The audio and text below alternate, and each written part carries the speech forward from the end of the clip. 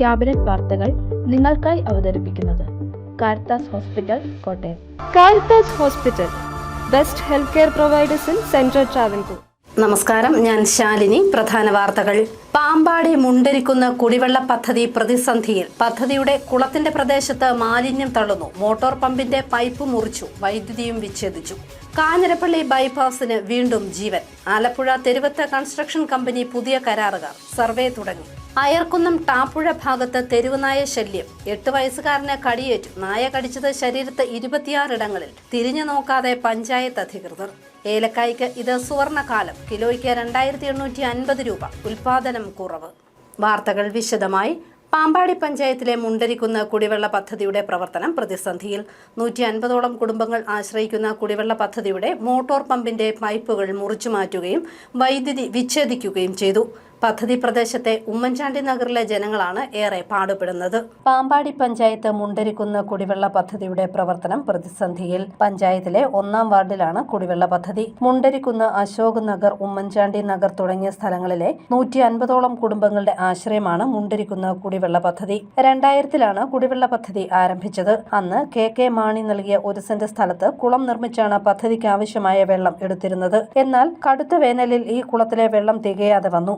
ഇതോടെ സമീപവാസിയായ ആശാരിപ്പറമ്പിൽ ഗോപാൽ നൽകിയ സ്ഥലത്ത് രണ്ടാമതൊരു കുളം കൂടി പഞ്ചായത്ത് നിർമ്മിച്ചു. വേനൽ രൂക്ഷമാകുമ്പോൾ രണ്ടാമത്തെ കുളത്തിലെ വെള്ളവും ആദ്യത്തെ കുളത്തിലേക്ക് പമ്പ് ചെയ്യും. അവിടെ നിന്നും വാട്ടർ ടാങ്കിലേക്ക് പമ്പ് ചെയ്താണ് ഉപയോഗിച്ചിരുന്നത്. എന്നാൽ ഇപ്പോൾ രണ്ടാമത്തെ കുളം നിർമ്മിച്ച സ്ഥലത്തിന്റെ ഇപ്പോഴത്തെ അവകാശികൾ കുളം സ്ഥിതി ചെയ്യുന്ന സ്ഥലത്തിന് സമീപം മാലിന്യം തള്ളുകയും അനധികൃതമായി മണ്ണടിക്കുകയും ചെയ്യുകയാണ്. ഇത് ചോദ്യം ചെയ്തതിനെ തുടർന്ന് മോട്ടോർ പമ്പിന്റെ പൈപ്പ് മുറിച്ചു മാറ്റുകയും വൈദ്യുതി വിച്ഛേദിക്കുകയും ചെയ്തതായി കുടിവെള്ള പദ്ധതി കൺവീനറും വാർഡ് മെമ്പറുമായ സൂസമ്മ കുരുവിള പറഞ്ഞു. പൈപ്പ് മുറിച്ചിട്ടിരിക്കുന്നതായിട്ട് കണ്ടു. അപ്പോൾ അവരുടെ പറമ്പിലോട്ട് കിടന്നിരുന്ന ലൈനുകളെല്ലാം മുറിച്ച് ഇതിനു മുമ്പും പലതവണ ഈ വയറുകളൊക്കെ കണ്ടിച്ച് കളയുന്നത് പതിവായിരുന്നു. അപ്പം ഞാൻ തന്നെ കയറിയതിന് ശേഷം 2 പ്രാവശ്യം ഞാൻ പോയി ചെന്ന് ഈ വയറ് മാറ്റി കൊടുത്തിട്ടുണ്ട്. അത് തന്നെയല്ല, എന്നോടുള്ള പേഴ്സണലായിട്ടുള്ള വൈരാഗ്യം എന്ന് പറഞ്ഞാൽ ഈ പറമ്പിൽ കൊണ്ടുവന്ന് ഇത് കണ്ടായിട്ട് കിടന്ന സ്ഥലമാണ്. കണ്ടത്തിൽ കൊണ്ടുവന്ന് മണ്ണടിച്ചതിന് ഞാൻ പരാതി കൊടുത്ത് അവിടുന്ന് ആ മണ്ണ് പാമ്പാടി വില്ലേജ് ഓഫീസർ വന്ന് മണ്ണെടുക്കണമെന്ന് ആവശ്യപ്പെട്ടതനുസരിച്ച് ഇവിടുന്ന് മണ്ണെടുത്തുകൊണ്ട് പോയിട്ടുള്ളതാണ്. തിരിച്ചെടുപ്പിച്ചു. അതിൻ്റെ വൈരാഗ്യം എന്നോടുണ്ട്. അതുകൂടാതെയാണ് 1 മാസം അല്ല 2 മാസം കഴിഞ്ഞപ്പോഴത്തേക്കിനും കൊണ്ടുവന്ന് അവരുടെ ഹോട്ടലിലെ വേസ്റ്റ് മുഴുവനും കൂടെ കൊണ്ടുവന്ന് അവിടെ ഈ കുളത്തിൻ്റെ അടുത്ത് കൊണ്ടുവന്ന് നിരത്തി അങ്ങ് ഇട്ടു. ഒരു ജീപ്പ് നിറയാണ് ഈ സാധനം കൊണ്ടിട്ടത്. അത് ഞാൻ കണ്ടേച്ച് ഞാനത് ഈ ഗ്രൂപ്പിലൊരൊത്ത് എടുത്തിട്ട്, കാരണം ഈ വെള്ളം കുടിച്ചിട്ട് നാളെ ആർക്കെങ്കിലും എന്തെങ്കിലും അസുഖം വന്നെങ്കിൽ എൻ്റെ നേരെ എന്നെ പ്രതിയാക്കാതിരിക്കാൻ വേണ്ടിയിട്ടാണ് ഞാൻ അന്നേരം പറഞ്ഞത് ഇതുപോലെ ഇങ്ങനെ കൊണ്ടുപോയിട്ടിട്ടുണ്ടെന്ന് ഞാൻ ആ ഗ്രൂപ്പിലിട്ടു. അതൊക്കെ വെച്ചാണ് ഇപ്പം എൻ്റെ പേരിൽ ഈ കേസുമായിട്ട് ഇവർ പോയിരിക്കുന്നത്. ഇപ്പം ഉമ്മൻചാണ്ടി നഗർ ഭാഗത്ത് വെള്ളം ഒരു ആഴ്ച 2 ആഴ്ചയോളമായിട്ട് അവർക്കാർക്കും കൃത്യമായിട്ട് വെള്ളം കിട്ടുന്നില്ല. അവർ വളരെയധികം ബുദ്ധിമുട്ടുന്നുണ്ട്. ഈ കുളം കിട്ടിയാൽ മാത്രമേ നമുക്ക് മുന്നോട്ട് കൊണ്ടുപോകാൻ പറ്റത്തുള്ളൂ. ഇത് സംബന്ധിച്ച കേസ് കോടതിയുടെ പരിഗണനയിലായതിനാൽ ആദ്യത്തെ കുളത്തിലെ വെള്ളം മാത്രമാണ് ലഭിക്കുന്നത്. അതും വളരെ കുറച്ച് മാത്രം. കോടതി അനുകൂലമായിട്ട് വിധി വന്നെന്ന് പറഞ്ഞാൽ ഞങ്ങൾക്ക് ഇപ്പം അതിൽ കയറാൻ പറ്റത്തില്ലെന്ന് പറഞ്ഞ ഒരു ഇഞ്ചക്ഷൻ ഓർഡറാണ് ഉണ്ടായിരുന്നത്. ആ ഇഞ്ചക്ഷൻ ഓർഡറും വെക്കേറ്റ് ചെയ്തിട്ടില്ല. അതിപ്പോഴും നിലനിൽക്കുന്നുണ്ട്. പക്ഷേ നമുക്ക് കുടിവെള്ളം എടുക്കുന്നതിന് തടസ്സപ്പെടുത്താൻ പറ്റത്തില്ലെന്നുള്ള ഒരു വിധി കൂടെ അതിനകത്തുണ്ടെന്നുള്ളതേ ഉള്ളൂ. ബാക്കി ഇപ്പം കോടതി അവധിയാകുന്നതുകൊണ്ട് അടുത്ത അവധിക്ക് വെച്ചിരിക്കുകയാണ് നിലവിലെ കേസ്.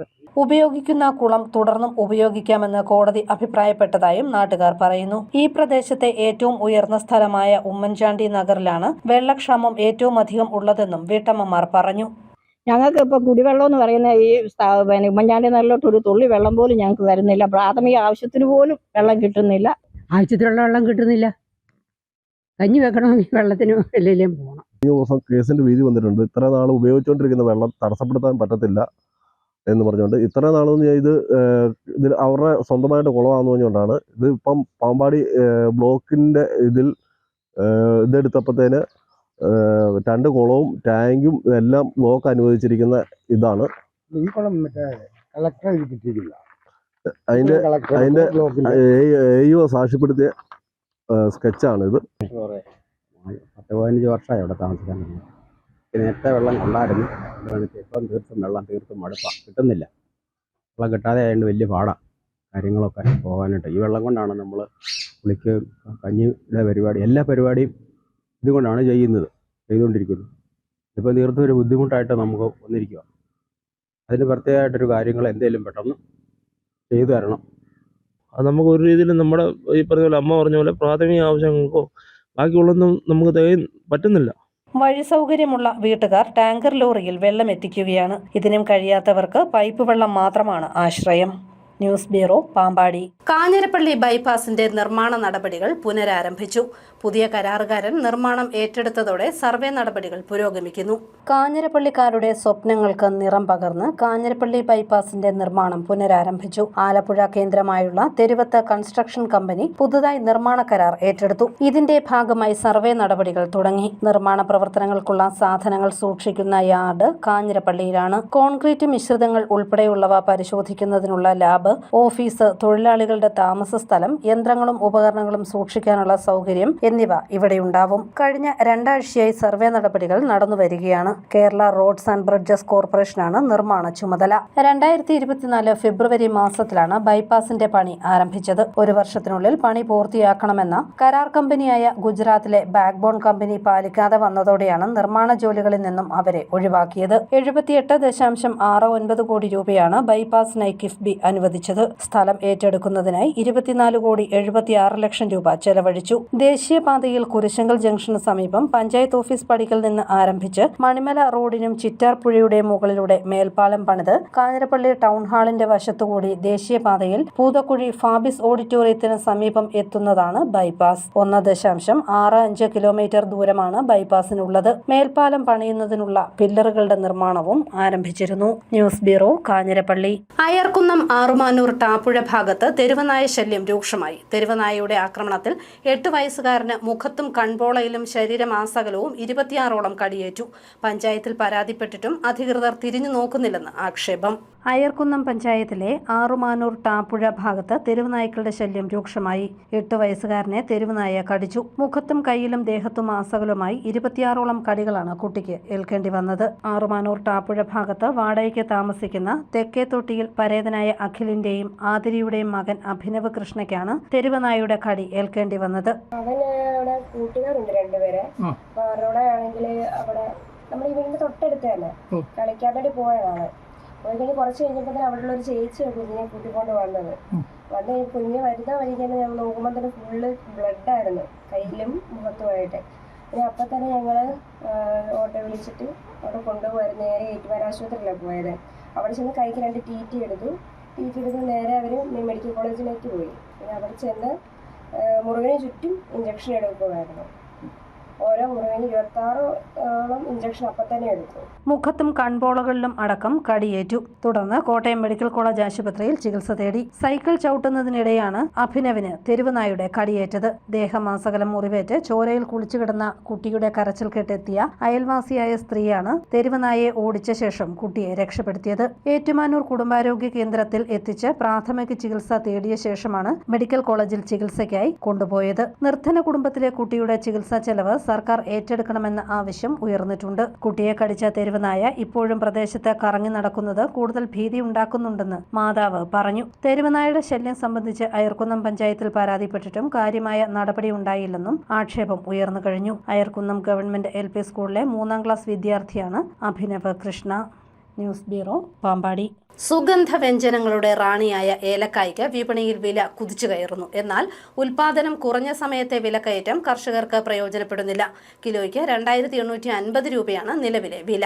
ഏലയ്ക്ക് വില 2850 രൂപയിലെത്തിയത് 5 വർഷങ്ങൾക്ക് ശേഷമാണ്. 1 മാസത്തിനുള്ളിൽ 600 രൂപയാണ് വർദ്ധിച്ചത്. നിലവിൽ 1 കിലോ ഏലക്കയുടെ വില 2700 മുതൽ 2850 രൂപ വരെയാണ്. കഴിഞ്ഞ മാസം ഈ സമയത്ത് കിലോയ്ക്ക് 1950 രൂപ മുതൽ 2150 രൂപ വരെയായിരുന്നു ഏലക്ക വില.